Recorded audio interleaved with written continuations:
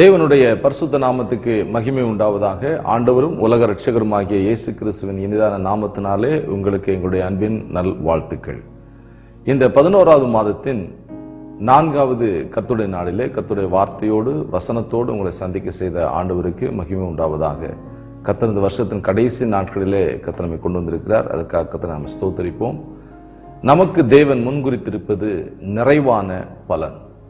மோவாபிய ஸ்திரியான ரூத்துக்கு Boaz என்கிறதான அருமையான ஒரு மனிதன் அவளுக்கு சொன்ன வாக்குறுதி தான் இந்த ஆசீர்வாதமான வார்த்தைகள். இந்த நாளில கர்த்தர் இந்த வசனத்தின் அடிப்படையில் நமக்கு சொல்ல போற செய்தியை கேட்க பரிசுத்த ஆவியானவர் நம்மை ஆயத்தப்படுத்துவாராக, தகுதிப்படுத்தி வழிநடத்துவாராக. தேவன் கொடுத்த வார்த்தைக்கு நேராக நம்முடைய கவனத்தை திருப்புவோம். ரூத்தின் சரித்திரத்திலே 2ஆம் அதிகாரத்தில் உள்ள 12வது வசனத்தை இந்த நாளின் தியானத்துக்காக நாம் எடுத்துக்கொள்ளலாம். ரூத்தின் சரித்திரம் 2ஆம் அதிகாரம் 12வது வசனம்.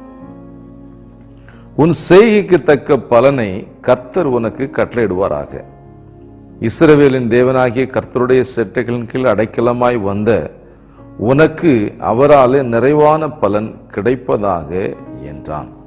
ஜெபம் செய்வோம். பரிசுத்த பிதாவே, இரக்கமுள்ள எங்கள் ஆண்டவரே, பரலோகத்தின் தகப்பனை, ஆசீர்வதிக்கப்பட்ட அருமையான அந்த நல்ல ஆண்டவரே, காலை நேரத்தில் இந்த திருவாய்மொழிகளை கேட்க எங்களுக்கு கொடுத்த பாக்கியத்துக்காக, கிருபைக்காக ஸ்தோத்திரம்.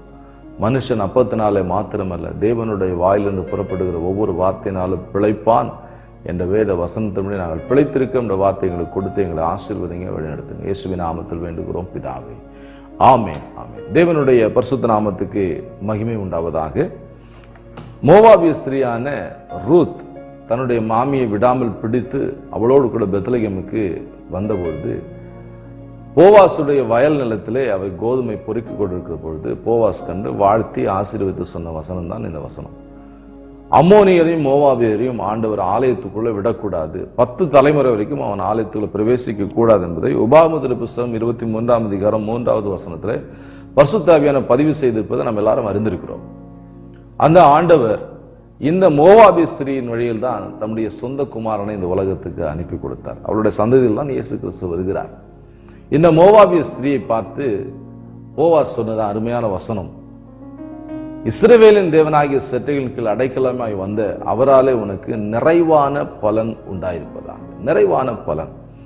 நம்ம எல்லாருக்கும் கர்த்தர் நிறைவான பலனை ஆண்டவர் முன்குறித்திருக்கிறார்.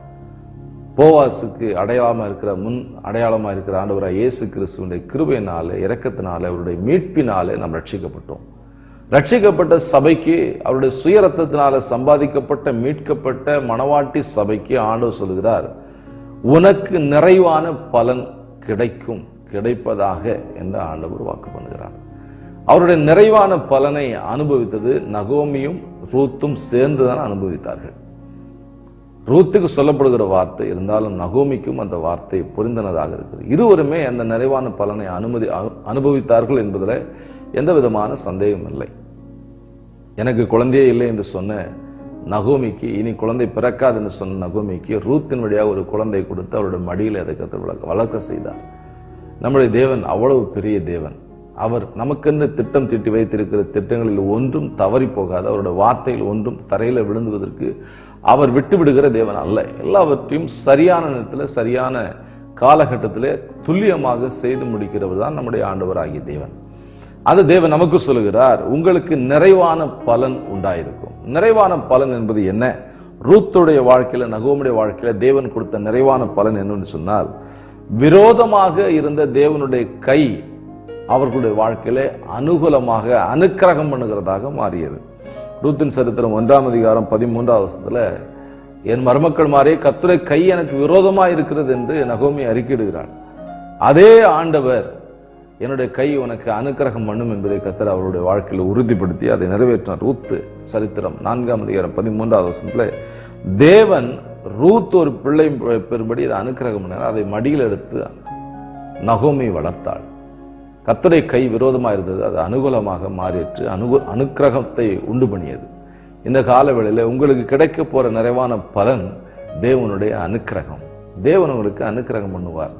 எதெல்லாம் நீங்க கைவிடப்பட்டீங்களோ, எதிலெல்லாம் இனிமே உங்களுக்கு வாய்ப்பே இல்லைன்னு நீங்க உறுதிப்படுத்தீங்களோ, அந்த விஷயத்துல தேவனுடைய கரம் உங்களுக்கு அனுக்கிரகம் பண்ணும். அது மருத்துவ சம்பந்தப்பட்ட காரியம் இருந்தாலும் சரி, பண சம்பந்தப்பட்ட காரியங்களாலும் சரி, குடும்ப பிரச்சனையா இருந்தாலும் சரி, தீர்க்க முடியாத பிரச்சனைகளா இருந்தாலும் சரி, எல்லாவற்றுக்கும் தேவனுடைய கரம் உங்களுக்கு அனுக்கிரகம் பண்ணும் என்பதை இந்த காலவெளியில பரிசுத்த ஆவியானவர் தேவ சமூகத்தை வைத்து உங்களுக்கு பதிவு செய்கிறார்.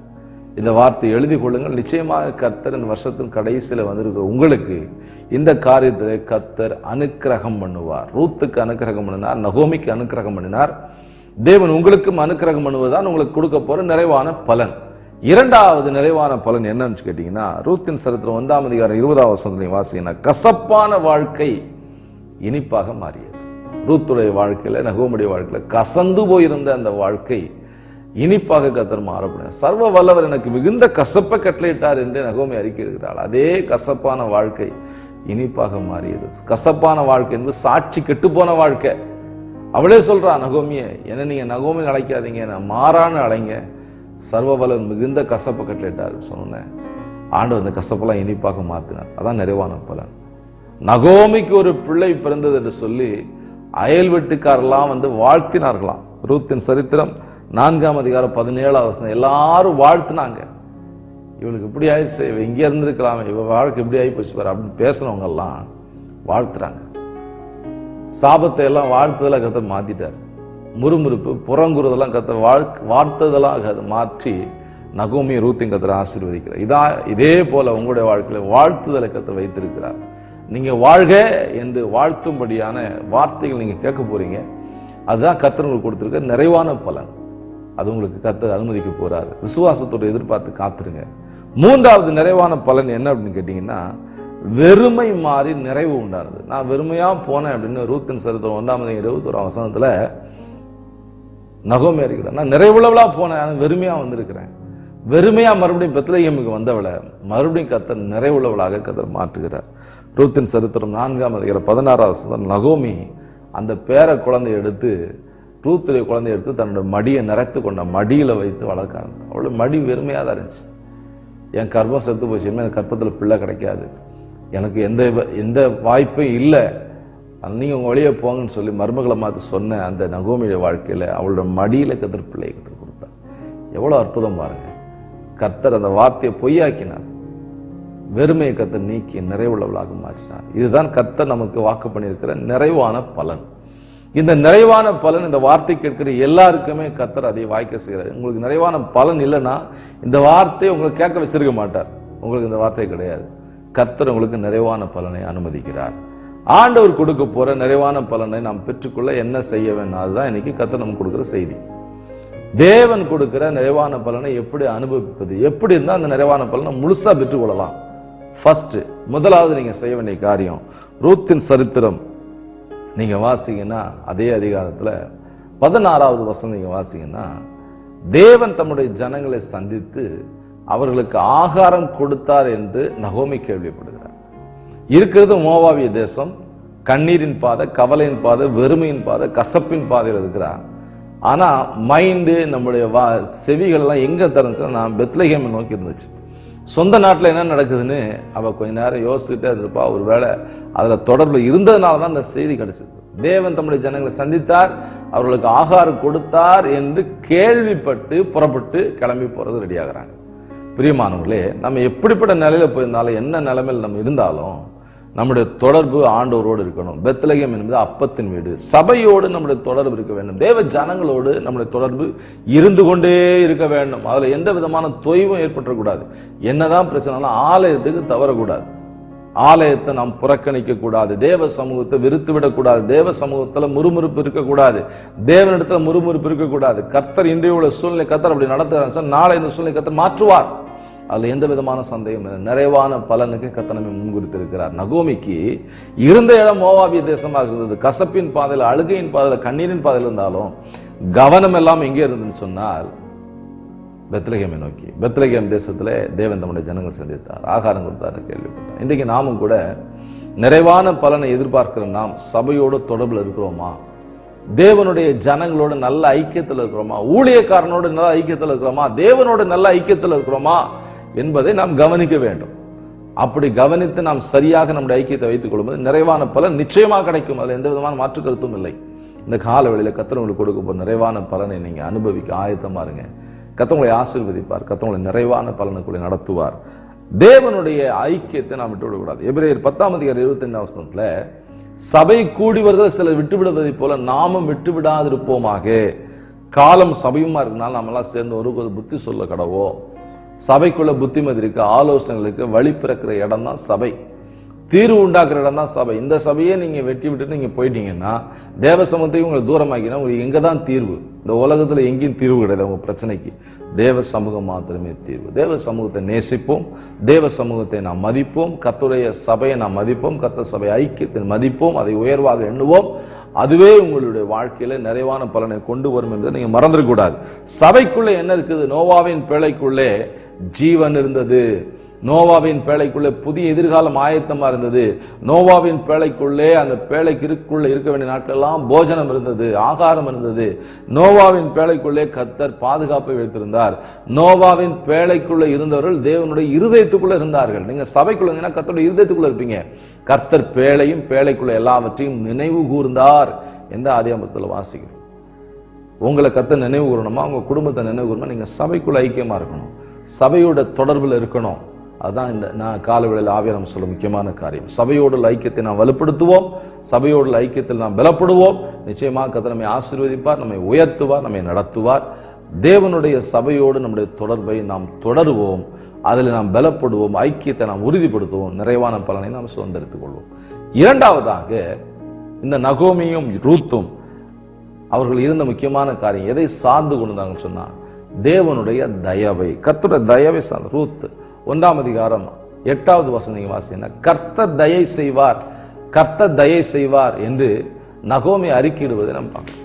பிரியமானவர்களே, நம்முடைய வாழ்க்கையில் கர்த்தருடைய தயையை நாம் விட்டு விலகிடக்கூடாது, கர்த்தருடைய தயையை நாம் மறந்துடக்கூடாது.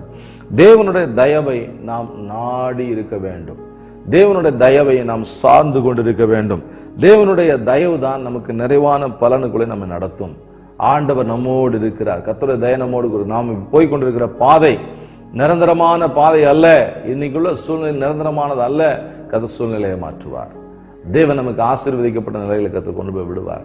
நிச்சயமாக கர்த்தர் நம்மை ஆசீர்வதிக்க போற நிறைவான பலனுக்கு தேவனுடைய தயவை சார்ந்து கொள்ள வேண்டும்.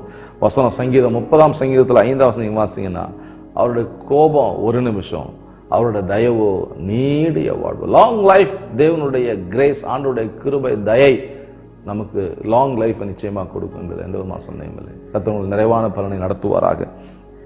சங்கீதம் 89 17 வாசிங்கன்னா, அவருடைய தயவு நம்முடைய கொம்பை உயர பண்ணும், நம்மை உயர்த்தும். தேவனுடைய தயவு நம்மை உயர்த்தும்.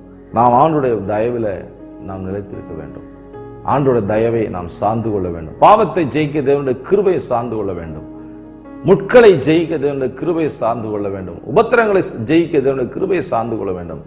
பவுலுக்கு சொல்கிறார், என் கிருபை உனக்கு போதும், உன்னுடைய பலவீனத்தில் என்னுடைய பலன் பூரணமாய் விளங்கும். நீங்க பலவீனப்பட்டிருக்கீங்களா, எதுல பலவீனமா இருக்கீங்களோ அந்த பலவீனத்தை ஆண்டவர் சொல்லி கிருபை தாங்கப்பான்னு கேளுங்க, நிச்சயம் கிருபை தருவார். கர்த்தரை தயவை சார்ந்து கொள்ளுங்க, உங்களுக்கு நிறைவான பலன் ஆயத்தமா இருக்கிறது.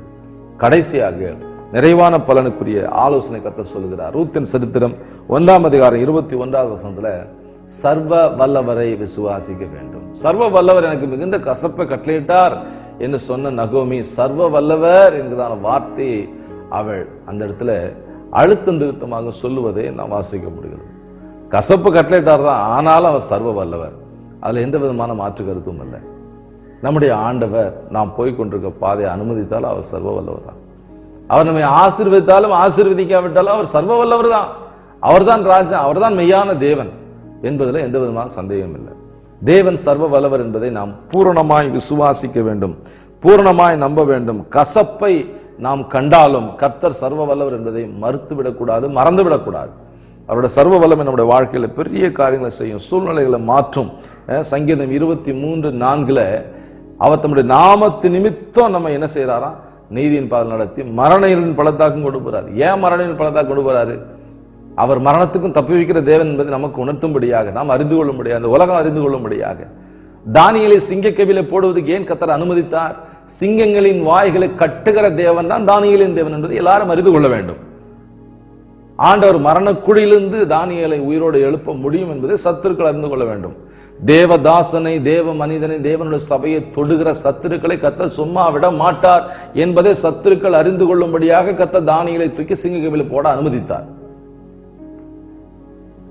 தானியேலுக்கு ஒரு உயர்வை தேவன் கொடுக்க கர்த்தர் சிங்கக்கவி அனுமதித்தார். பிரியமானவர்களே, சிங்கக்கவியில கர்த்தர் அனுமதிக்கிறான்னா இவ்வளோ ரகசியம் இருக்கு. ஒரு சோதனை கர்த்தர் நமக்கு அனுமதிச்சா இவ்வளோ ரகசியங்கள் இருக்கு, இவ்வளோ காரியங்கள் இருக்கு, நம்ம கவனிக்கணும். நிச்சயமா கர்த்தர் உங்களை ஆசீர்வதிப்பார். கர்த்தர் சர்வ வல்லவர் என்பதை நாம் விசுவாசிக்க வேண்டும். அதில் நாம் எந்த விதத்திலும் அதில் நாம் சந்தேகப்பட்டு விடக்கூடாது. தேவனுடைய சர்வ வல்லமை என்ன செய்யும் அப்படின்னு கேட்டீங்கன்னா, செத்துப்போன பிணங்களில் இருந்து சந்ததியை உருவாக்கி கொடுக்கும். எபிரேயர் 11ஆம் அதிகாரம் 12வது வசனத்தை வாசிங்கன்னா, அந்த இடத்துல செத்துப்போன ஆபிரகாமுடைய சரீரத்திலிருந்து கர்த்தர் திரளான ஜனங்களை கர்த்தர் உருவாக்கினார். இனி சரீரம் செத்து போச்சு, ஆயுசு முடிய போகுது. அவனுடைய வாழ்க்கையில கர்த்தர் ஈசாக்கை கர்த்தர் கொடுத்து சந்ததியை கர்த்தர் பெருக செய்தார். வாக்குத்தத்தத்தை நிறைவேற்றினார். கற்பம் செத்து போனது, சாராவுடைய கற்பம். அந்த கற்பம் தான் ஈசாக்கை கர்த்தர் உருவாக்கினார். பிரியமானவர்களே, இந்த நல்ல அருமையான கால வேளையில கர்த்தர் நமக்கு சொல்ல முக்கியமான காரியம், நான் சர்வ வல்லவர். ஆண்டோட சர்வ வல்லமை சந்தேகப்படாதீங்க. ஆண்டோட சர்வ வல்லமை வெளிப்படுவதற்கு கர்த்தர் எதிர்பார்க்கிற முக்கியமான காரியம் என்ன தெரியுமா? ஆதியாகமம் 17ஆம் அதிகாரம் 1வது வசனம், நான் சர்வ வல்லமையுள்ள தேவன், எனக்கு முன்பாக நடந்து கொண்டு நீ உத்தமனாயிரு. உத்தமத்தை கர்த்தர் எதிர்பார்க்கிறார். உத்தம ஜீவியத்தை நாம் நம்முடைய ஆண்டவர் எதிர்பார்க்கிறார். உத்தமத்தை நாம் வெளிப்படுத்தும் போது சர்வ வல்லமை நம்முடைய வாழ்க்கையில் வெளிப்படும். என்ன உத்தமம்? எது உத்தமம்? நோவாவின் காலத்துல நோவா தன் காலத்துல வாழ்ந்த தன் ஜனங்கள் நடுவிலே உத்தமனாய் நீதிமானாய் இருந்தான். நோவாவின் காலத்து ஜனங்கள் எப்படி இருந்தாங்க? அவங்க அழிவு வர்ற வரைக்கும் உணர்வு இல்லாதவங்களா இருந்தாங்க. வெள்ளம் வந்து வாரிக்கிட்டு போற வரைக்கும் நோவாவை பொய்யனாக, அவன் சொல்வது பொய்யாக தான் பார்த்தாங்க.